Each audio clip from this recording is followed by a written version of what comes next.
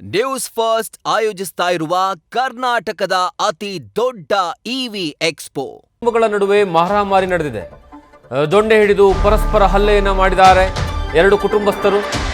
ಗದಗ ನಗರದ ನಂದೀಶ್ವರ ನಗರದಲ್ಲಿ ನಡೆದಿರುವಂತಹ ಹೊಡೆದಾಟ ಇದು. ಮನೆ ಪಕ್ಕದ ಜಾಗದ ವಿಚಾರಕ್ಕೆ ಸಂಬಂಧಪಟ್ಟ ಹಾಗೆ ಎರಡು ಕುಟುಂಬದ ನಡುವೆ ಗಲಾಟೆ ಆಗಿದೆ.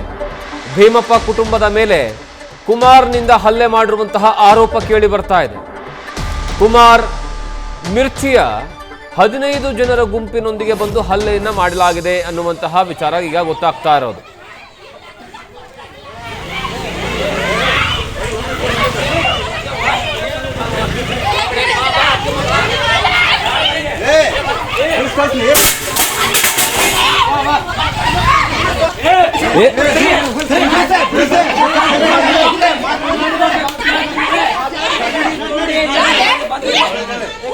Ni daw ko.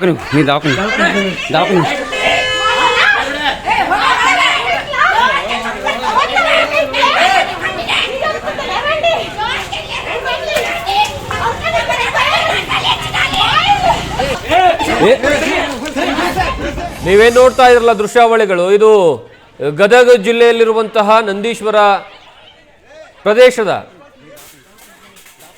ದೃಶ್ಯಾವಳಿಗಳು. ಎರಡು ಕುಟುಂಬಗಳ ನಡುವೆ ಯಾವ ರೀತಿಯಾಗಿ ನೋಡಿ ಕೋಲ್ ಹಿಡ್ಕೊಂಡು ಎರಡು ಕುಟುಂಬದವರು ಸಹ ಹೊಡೆದಾಡ್ಕೊಳ್ತಾ ಇದ್ದಾರೆ. ಕ್ಷುಲ್ಲಕ ಕಾರಣಕ್ಕಾಗಿ ಎರಡು ಕುಟುಂಬಗಳ ನಡುವೆ ಮಾರಾಮಾರಿ ಆಗುತ್ತೆ. ದೊಣ್ಣೆ ಹಿಡ್ಕೊಂಡು ಬರ್ತಾರೆ, ಪರಸ್ಪರ ಹಲ್ಲೆಯನ್ನ ಮಾಡ್ತಾರೆ. ಹಲ್ಲೆಯನ್ನ ಮಾಡಿ ಇದು ದೊಡ್ಡ ಮಟ್ಟಿಗೆ ರಾಧಾಂತವೇ ಸೃಷ್ಟಿ ಮಾಡಿಬಿಡ್ತಾರೆ. ಅಲ್ಲಿರುವಂತಹ ವ್ಯಕ್ತಿಯ ಶರ್ಟ್ ಗಿರ್ಟ್ ಎಲ್ಲವೂ ಸಹ ಕಿತ್ತೆಸಿತಾರೆ. ಇದೆಲ್ಲ ಕಾರಣ ಆಗಿರೋದು ಜಾಗದ ವಿಚಾರವಾಗಿ, ಪಕ್ಕದ ಮನೆ ಜಾಗದ ವಿಚಾರಕ್ಕೆ ಸಂಬಂಧಪಟ್ಟ ಹಾಗೆ ಈ ಕುಮಾರ್ ಮಿರ್ಚಿಯ 15 ಜನರ ಗುಂಪಿನಿಂದ ಈ ಹಲ್ಲೆ ಆಗಿದೆ ಅನ್ನುವಂತಹ ಆರೋಪ ಕೇಳಿ ಬರ್ತಾ ಇದೆ.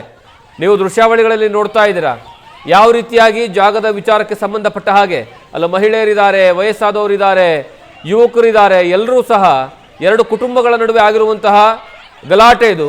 ಗಲಾಟೆಯ ಸಂದರ್ಭದಲ್ಲಿ ದೊಣ್ಣೆಯನ್ನು ಹಿಡ್ಕೊಂಡು ಬಂದು ಗಲಾಟೆಗೆ ಮುಂದಾಗ್ತಾರೆ.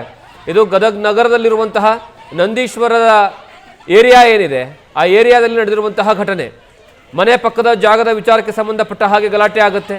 ಭೀಮಪ್ಪ ಕುಟುಂಬದ ಮೇಲೆ ಕುಮಾರ್ ಅನ್ನುವರ ಕುಟುಂಬ ಹಲ್ಲೆ ಮಾಡುತ್ತೆ.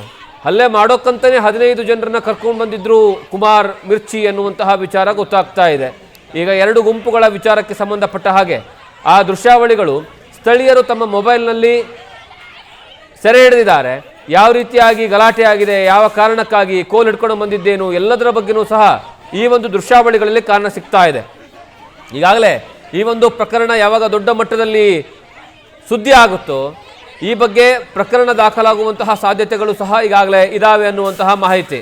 ಅಲ್ಲ ಮಹಿಳೆಯರು ಸಹ ಈ ಒಂದು ಗಲಾಟೆಯಲ್ಲಿ ನೋಡಿ ಒಬ್ಬ ಯುವಕ ಯಾವ ರೀತಿಯಾಗಿ ದೊಣ್ಣೆಯನ್ನು ಹಿಡ್ಕೊಂಡು ಬಂದು ಹೊಡೆಯೋಕಂತ ಮುಂದಾಗ್ತಾನೆ.